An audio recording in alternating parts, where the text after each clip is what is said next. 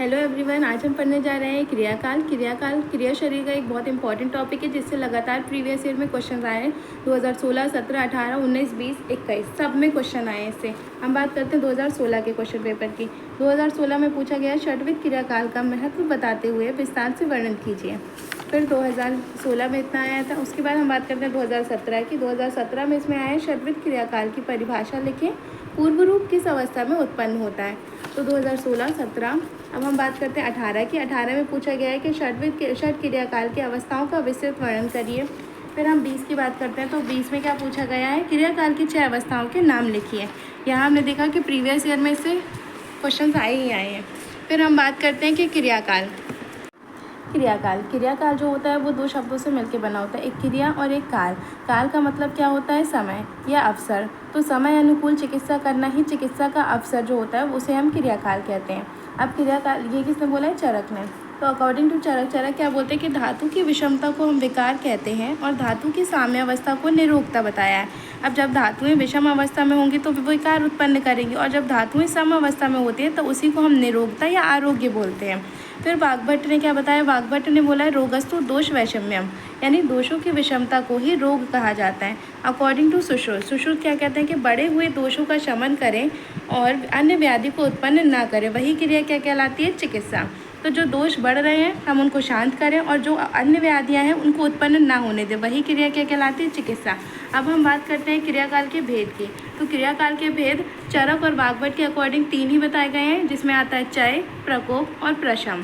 वहीं अगर हम बात करते हैं सुश्रुत की, तो सुश्रुत ने षट क्रियाकाल बताया है, जिसमें उन्होंने 6 क्रिया की अवस्था बताई है। जैसा कि क्रियाकाल का वर्गीकरण सुश्रुत ने किया है कि संचयम च प्रकोपम च प्रसरम स्थान संश्रयम व्यक्तिम भेदम चायो वेत्ति दोषाणाम सा भवेद भिषक।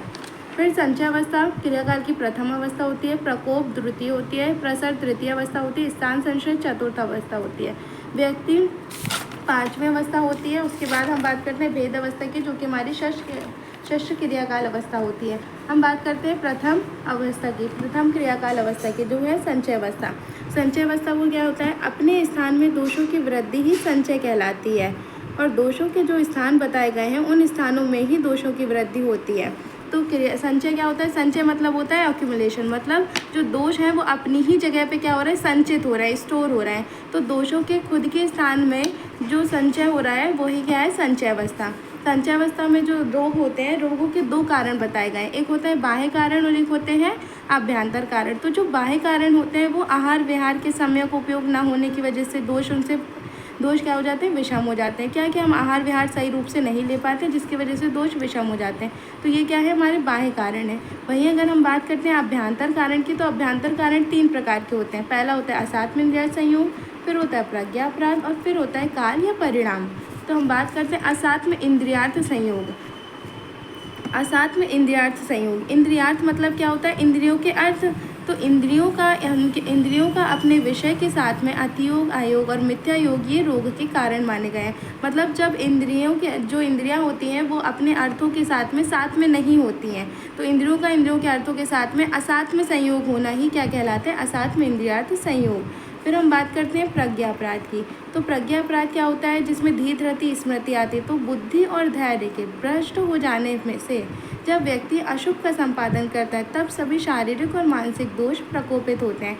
जब उसकी धीर धृति स्मृति क्या हो जाती है, भ्रष्ट हो जाती है, तब व्यक्ति को ये समझ में नहीं आता है कि वो जो काम कर रहा है वो शुभ है या अशुभ है, वो इस चीज़ का संपादन नहीं कर पाता है। तो उससे क्या होता है, शारीरिक और मानसिक दोष उसके प्रकोपित होने लगते हैं। फिर हम बात करते हैं काल या परिणाम की। तो काल जो होता है वो 2 विभाग किए गए हैं इसके, एक होता है नित्य काल और एक होता है आवस्थिक काल।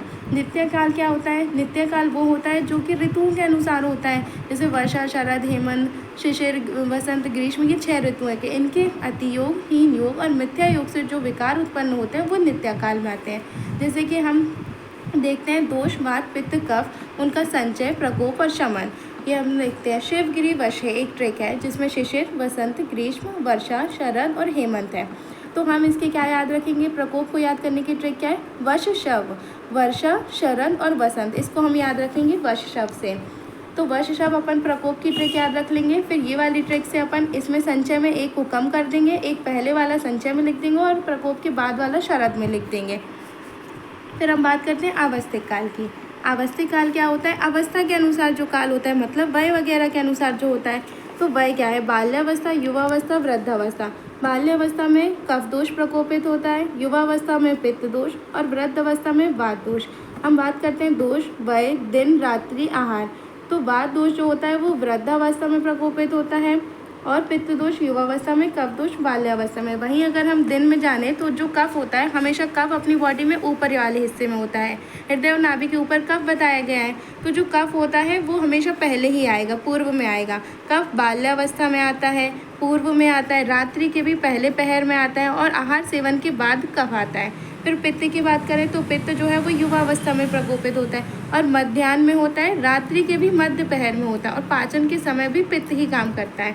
फिर वात में बात करते हैं, वात जो होता है वो वृद्धावस्था में प्रकोपित होता है, शाम के टाइम में प्रकोपित होता है, रात्रि के अंतिम पहर में और पाचन के बाद में। फिर हम बात करते हैं दोषों के संचय के लक्षण। तो संचय अवस्था में दोषों के क्या क्या लक्षण हैं हम ये देखते हैं। तो वात संचय से क्या होगा? कोष्ठ में भारीपन होगा। अगर वात में संचय होगा तो क्या होगा? कोष्ठ में भारीपन। पित्त के संचय से पिताभ भासता। पिताभ भासता मतलब होता है कि जो जितना भी शरीर के जो अंग है, जैसे त्वचा है, नेत्र है, नख आदि हैं, ये पीले रंग के दिखाई देंगे। और कफ संचय होने से क्या होगा कि अग्नि मंद हो जाएगी, अंगों में भारीपन होगा और आलस्य आएगा। कफ व्यक्ति क्या होते हैं? गुरु होते हैं, मतलब भारी होते हैं, तो उनके अंगों में क्या हो जाता है? भारीपन हो जाता है, जिसकी वजह से उनमें हमेशा आलस्य भरा रहता है। उनकी अग्नि कैसी हो जाती है? मंद हो जाती है। अब यहाँ पे दो चीज़ें नोट की गई हैं कि इस अवस्था में समान गुण वाले पदार्थ खाने की अनिच्छा होती है और विपरीत गुण वाले पदार्थ खाने की इच्छा होती है। इसका क्या मतलब है? इसका मतलब ये है कि जो दोषों की वृद्धि जिन समान आहार विहार ने कराई है, हमें उन पदार्थों को खाने की अपेक्षा नहीं होगी। इसके विपरीत जो गुण होंगे, जो गुण वाले पदार्थ होंगे, हमें उन्हीं को खाने की इच्छा होगी। फिर हम बात करते हैं दूसरा कि संचय अवस्था में यदि अगर हम दोषों को नष्ट कर देते हैं तो दोष आगे प्रकोपित अवस्था में जाएंगे नहीं, और जब दोष प्रकोपित ही नहीं होगा तो रोग तो होगा ही नहीं। तो इसीलिए हमें संचय अवस्था में ही दोषों को नष्ट कर देना चाहिए। फिर बात करते हैं द्वितीय क्रियाकाल। द्वितीय क्रियाकाल क्या है? प्रकोप अवस्था। प्रकोप अवस्था में क्या होता है? इस अवस्था में जो दोष अभी तक स्वस्थान में ही संचित और स्थिर थे। अब यहाँ पे संचय अवस्था में क्या था कि दोष खुद के स्थान में ही संचित थे और स्थिर थे। अब यहाँ पे क्या होगा कि प्रकोप अवस्था में वो फैलने लगेंगे और प्रकोपित होने लगेंगे। स्वाभाविक प्रकोप अपने काल स्वभाव से ही होता है। ये जो प्रकोप होता है वो अपने काल स्वभाव से होता है। काल जैसे कि हम देखें, हमने अभी प्रकोप की ट्रिक पढ़ी थी कि वर्ष शब्द में क्या आता है? वर्षा, शरद और बसंत। वर्षा में वात का प्रकोप होता है, शरद में पित्त का प्रकोप होता है, वहीं बसंत में कफ का प्रकोप होता है। फिर हम बात करते हैं प्रकोप अवस्था के लक्षण। वात, पित्त, कफ तीनों दोषों के प्रकोप अवस्था में लक्षण की बात करते हैं। तो वात प्रकोप का कारण क्या है? अति बलवान से लड़ना, अति व्यायाम, अति मैथुन, अति अध्ययन, लगातार रात्रि जागरण, कूदना, दौड़ना, कटु तिक्त कषाय रस का अति सेवन करना। अगर हम ये सारी चीज़ें ज़्यादा मात्रा में कर लेते हैं तो उससे क्या होता है? वात प्रकोपित हो जाता है। फिर बात करते हैं पित्त प्रकोपक कारण की। तो जैसे क्रोध मतलब गुस्सा आना, शोक, भय, परिश्रम और घूमने की अधिकता से तो क्या होता है? पित्त प्रकोपित हो जाता है। वहीं कटु, अम्ल, लवण इनका ज़्यादा सेवन करने से भी पित्त प्रकोपित हो जाता है। तीक्ष्ण, उष्ण, लघु पदार्थों का अधिक सेवन करने से भी पित्त प्रकोपित होता है। फिर हम बात करते हैं कफ प्रकोपक के कारण। तो दिन में सोने से, व्यायाम ना करने से, आलस्य से, इन सब से क्या होता है? कफ प्रकोपित होता है। वहीं अगर हम उसमें बात करते हैं रसों में, तो मधुर, अम्ल और लवण इनका अधिक सेवन करने से भी कफ प्रकोपित होता है। शीत, स्निग्ध, गुरु आदि गुण भी कफ को प्रकोपित करते हैं। फिर हम बात करते हैं तृतीय क्रियाकाल यानी कि प्रसर अवस्था। प्रसर मतलब होता है फैलना। तो इस अवस्था में जो प्रकोपित दोष थे अब वो क्या होंगे? फैलेंगे। कहाँ? सर्व शरीर में या फिर किसी एक अंग विशेष में रोग उत्पन्न कर सकता है। तो इस अवस्था में प्रकोपित दोष फैलकर सर्व शरीर या किसी एक अंग में विशेष रूप से रोग उत्पन्न कर सकता है। उदाहरण इसका फर्मेंटेशन दिया गया है। किसने दिया है? चक्रपाणी ने। फर्मेंटेशन में क्या होता है? किण्वन। यीस्ट में क्या होता है? अगर हम रात भर उसको रख दें तो उसमें उफान होने लगता है। तो जिस तरीके से उसमें जो उफान होता है, जिस पात्र में वो रखा रहता है, उस पात्र से वो बाहर आने लगता है। सेम चीज़ प्रसर अवस्था में होती है। अभी तक दोष प्रकोपित अवस्था में क्या हो रहा था कि जिस स्थान में संचय तो उसी में वो फैलने लगे थे। अब यहाँ पे क्या होगा? ये दूसरे जगह पे जाने लगेंगे, या तो पूरे शरीर में फैलने लगेंगे या किसी एक ऑर्गन, स्पेसिफिक ऑर्गन में जाके वहाँ पे रोग उत्पन्न करने लगेंगे। फिर हम देखते हैं दोषों का प्रसार। प्रसर कितने तरीके का होता है? 15 प्रकार का होता है। जैसे कि चारों दोष वात, पित्त, कफ और रक्त। फिर हम वात, पित्त, कफ सबको एक साथ मतलब पहले सिंगल सबको लेंगे, फिर दोनों को मिक्स कर देंगे। तो वात, पित्त, कफ, वात और रक्त, पित्त, रक्त, कफ, रक्त। फिर तीनों को मिला लेंगे, वात, पित्त, कफ, वात, पित्त, रक्त, पित्त, कफ, रक्त, वात, पित्त, कफ, रक्त। अब हम यहाँ पे देखते हैं तृतीय क्रियाकाल में प्रसर अवस्था में इसके लक्षण क्या हैं। तीनों दोषों के लक्षण देखते हैं। वात में क्या होगा? उदर में वेदना के साथ गुड़गुड़ होना। तो यहाँ पे एब्डोमेन वाले रीजन में सेंसेशन होगा और पेट गुड़गुड़ बोलेगा। फिर पित्त में क्या होगा? पित्त में ये होता है कि धुएं के समान श्वास या डकार आती है, जलन होने लगती है, ऊष्णता होती है और चूसे जाने जैसी पीड़ा होती है। फिर हम बात करते हैं कफ की। तो कफ में क्या होता है? भोजन का ना पचना, सर्दी बोलते हैं वमन को, वॉमिटिंग को। इसमें अंग मर्द होता है, मतलब अंगों में दर्द होता है और आरुचि, एनोरेक्सिया हो जाता है। यहाँ पे हमारा तृतीय क्रियाकाल खत्म होता है। अब हम बात करते हैं चतुर्थ क्रियाकाल की। चतुर्थ क्रियाकाल क्या है? स्थान संश्रय। अकॉर्डिंग टू चक्रपाणी, अगर चक्रपाणी के अनुसार देखें तो जहाँ पे दोष और दूष्य एकत्र होते हैं तो उसे क्या बोला जाता है? स्थान संश्रय। दोष और दूष्यों का एकत्र हो जाना ही स्थान संश्रय होता है। अब दोष क्या होते हैं हमारे पास? वात, पित्त, कफ। दूष्य क्या होती है? धातु और मल, ये दूष्य होते हैं। तो दोष और दूष्यों का एकत्र हो जाना ही स्थान संश्रय होता है। इस अवस्था में व्याधि के जो स्पष्ट लक्षण होते हैं वो प्रकट नहीं होते हैं। फिर दोष और दूष्यों का मिलना क्या कहलाता है? दोष दूष्य सम्मोचना। यहाँ पे स्टार लगाते हैं हम क्योंकि यहाँ से ऑब्जेक्टिव पूछा जाता है कि दोष दूष्य सम्मोचना किस अवस्था में आता है क्रियाकाल की। तो चतुर्थ क्रियाकाल अवस्था में आता है जिसका नाम है स्थान संश्रय। फिर दोष दूष्य सम्मोचना की वजह से ही रोग उत्पन्न होते हैं। अब हम बात करते हैं आचार्य सुश्रुत के अनुसार इनके लक्षण।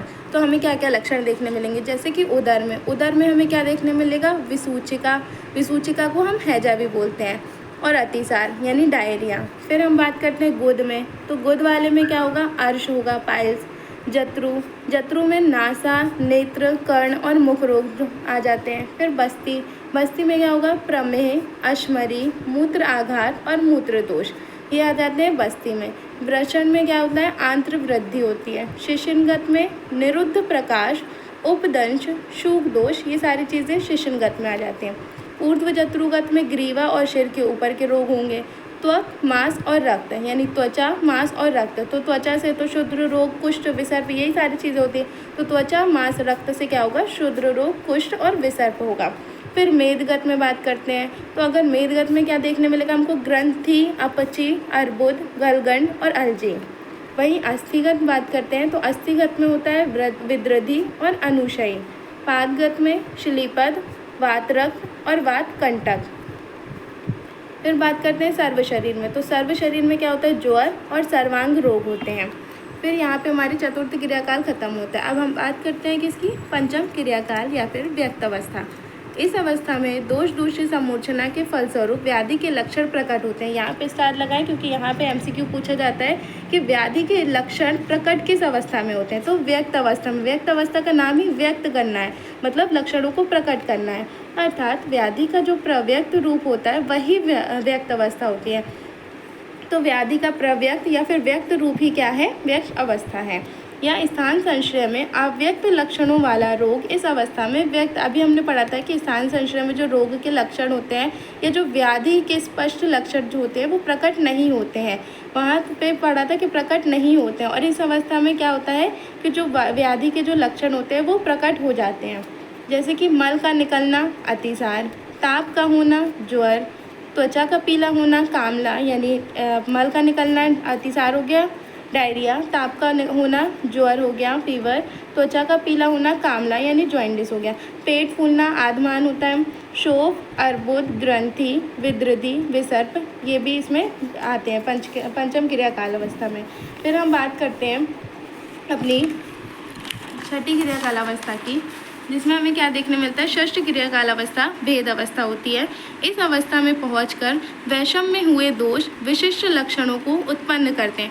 अब जो दोष थे वो वैषम्य में हो गए, मतलब उनमें विषमता आ गई, तो ये क्या करेंगे? अलग अलग स्पेसिफिक लक्षण, मतलब स्पेसिफिक कैरेक्टर्स को शो करेंगे। तो हम यहाँ पे देखते हैं भेद अवस्था में इन लक्षणों को देखकर ही दोषों की प्रधानता के आधार पर उनके वातिक, पैतिक और श्लेष्मिक आदि भेद किए जा सकते हैं।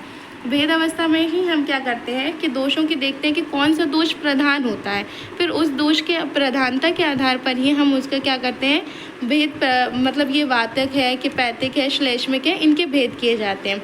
इस समय चिकित्सा के अभाव में व्याधि असाध्य हो जाती है। अब हमें, क्योंकि हमने पढ़ा था संचय अवस्था में कि हमें दोषों को पहले ही शांत कर देना चाहिए ताकि दोष अन्य अवस्थाओं में ना जा पाए, तो हमने यहाँ पे दोष शांत नहीं हुआ। अब जब षष्ठ क्रियाकाल यानी भेद अवस्था आ गई तो यहाँ पे व्याधि जो होती है वो असाध्य हो जाती है।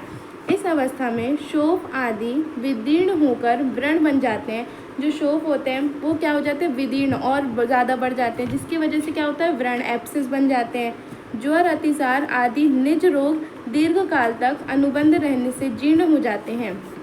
जो निज रोग होते हैं वो ज़्यादा टाइम तक रहने से क्या हो जाते हैं, अनुबंध रहने से जीर्ण हो जाते हैं, क्रोनिक हो जाते हैं वो रोग। फिर हम इस अवस्था में बात करते हैं कि रोग का प्रतिकार न करने पर रोग असाध्य हो जाता है और दुष्चिकित्सा हो जाता है। अगर हम इस अवस्था में भी रोग को ठीक नहीं करेंगे तो रोग कैसा हो जाएगा, असाध्य हो जाएगा, दुष्चिकित्सा हो जाएगा। चिकित्सा के अवसर को ही षष्ठ क्रियाकाल कहते हैं। अब यहाँ से एक क्वेश्चन आता है, क्रियाकाल का महत्व या फिर उसकी उपयोगिता, जो कि हम देखते हैं। तो क्रियाकाल की उपयोगिता 2016 में पूछा भी गया है। क्रियाकाल मुख्यतः चिकित्सा के अवसर के रूप में ही जाना जाता है, जैसे कि हमने पहले ही देखा था। रोगों की उत्पत्ति के लिए दोषों की विषमता आवश्यक है। जब दोष वैषम्य नहीं होंगे तो रोग उत्पन्न नहीं होंगे, तो इसलिए दोषों की विषमता रोग की उत्पत्ति के लिए आवश्यक है। यह विषमता मुख्यतः वृद्धि रूप में होती है। अब अपन दोषों पे दो चीज़ें पढ़ते हैं, एक वृद्धि और एक उनका क्षय पढ़ते हैं। तो ज़्यादातर जो विषमता होती है वो किस रूप में होती है, मुख्यतः वृद्धि रूप में होती है। दोषों की वृद्धि से स्वस्थान में संचय, फिर प्रकोप आदि होते हैं।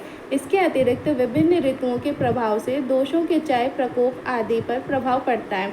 जैसे कि ऋतुओं के अनुसार भी हमने दोषों का क्षय, प्रकोप आदि देख लिया। उन ऋतुओं में उपदिष्ट विशिष्ट आहार विहार आचरण से तथा संशोधन कराने से दोषों की शांति हो जाती है। अगर हम ऋतुओं के अनुसार जो आहार विहार बताया गया है वैसा करें, जो आचरण है आहार विहार वगैरह आचरण से हम दोषों को शांत कर सकते हैं या फिर उनका संशोधन करके दोषों को शांत कर सकते हैं। उनमें भी किसी विशिष्ट व्याधि में किसी विशिष्ट दोष का प्राधान्य रहता है और अन्य दोषों का अनुबंध रहता है। जैसे कि यहाँ पे बोला गया है कि कोई एक स्पेसिफिक डिसीज़ होगी तो उसमें कोई ना कोई एक स्पेसिफिक दोष जो होगा वो प्रधान होगा और अन्य दोषों का क्या रहेगा, अनुबंध रहेगा, जिसे संप्राप्ति यानी पैथोजेनेसिस कहते हैं या फिर पैथोजेनेसिस जिससे बनती है। इसमें धातु और मल भी समान रूप से विकृत होते हैं। ऐसा नहीं कि सिर्फ दोष ही विकृत हो रहे हैं, उसके साथ साथ धातु और मल भी समान रूप से विकृत हो रहे हैं। अभी पढ़ा था हमने दोष दूष्य समूर्छना, उसमें चरक ने केवल क्षय, प्रकोप और प्रशम का वर्णन किया है और चरक के साथ वाग्भट ने भी सिर्फ क्षय, प्रकोप और प्रशम का ही वर्णन किया है। फिर सुश्रुत ने प्रकोप के अंतर्गत प्रकोप, प्रसर, स्थान संश्रय, व्यक्ति अवस्थाओं का वर्णन किया है। सुश्रुत के द्वारा वर्णित क्रियाकाल की 6 अवस्थाओं की संप्राप्ति का विघटन करना ही चिकित्सा है। जो सुश्रुत ने 6 षट अवस्थाएं बताई हैं, जब हम उनकी संप्राप्ति का विघटन करते हैं उसी को चिकित्सा बोला गया। अतः क्रियाकाल में की गई चिकित्सा से भी संप्राप्ति विघटन होता है। अगर पूर्वावस्था या प्रारंभिक अवस्थाओं में ही दोषों का निर्हरण मतलब उनको ठीक कर ले तो आगे की जो अवस्थाएं हैं उनमें दोष जाएगा ही नहीं, जिससे कि वो प्रकोपित नहीं होगा, जिसके परिणाम स्वरूप संप्राप्ति पूरी नहीं हो पाती और रोग भी नहीं हो पाता है। और जो आगे वाले, अगर हम दोष को शांत नहीं कर पाते हैं तो जो आगे वाली अवस्थाओं में दोष चला जाता है वो और जटिल हो जाती हैं और कठिन हो जाती हैं। तो हमें प्रारंभिक अवस्था में ही चिकित्सा कर लेना चाहिए, जो कि सरल होता है और रोग नहीं हो पाता है। इसका एक इम्पॉर्टेंट श्लोक है, संचय अपहता दोषा लभन्ते न उत्तरागति ते तोत्तरासु गतिषु भवन्ति बलवत्तरा। यदि संचय अवस्था में दोषों का विनाश कर दिया जाए तो वो उत्तरोत्तर गति को प्राप्त नहीं होते। उत्तर गति प्राप्त होने पर वे उत्तरोत्तर अधिक बलवान होते जाते हैं और चिकित्सा करना मुश्किल हो जाता है। तो हम इसमें यही कहा गया है कि संचय अवस्था में ही दोषों को शांत कर लेना चाहिए, उनको आगे नहीं बढ़ने देना चाहिए, क्योंकि अगर वो आगे की अवस्था में चले जाते हैं तो वो और ज़्यादा बलवान हो जाते हैं, जिसकी वजह से उनकी चिकित्सा करना मुश्किल हो जाता है। अगर आपको हमारी वीडियो पसंद आई हो तो हमारे चैनल को लाइक करें, शेयर करें एंड सब्सक्राइब करें। Thank you.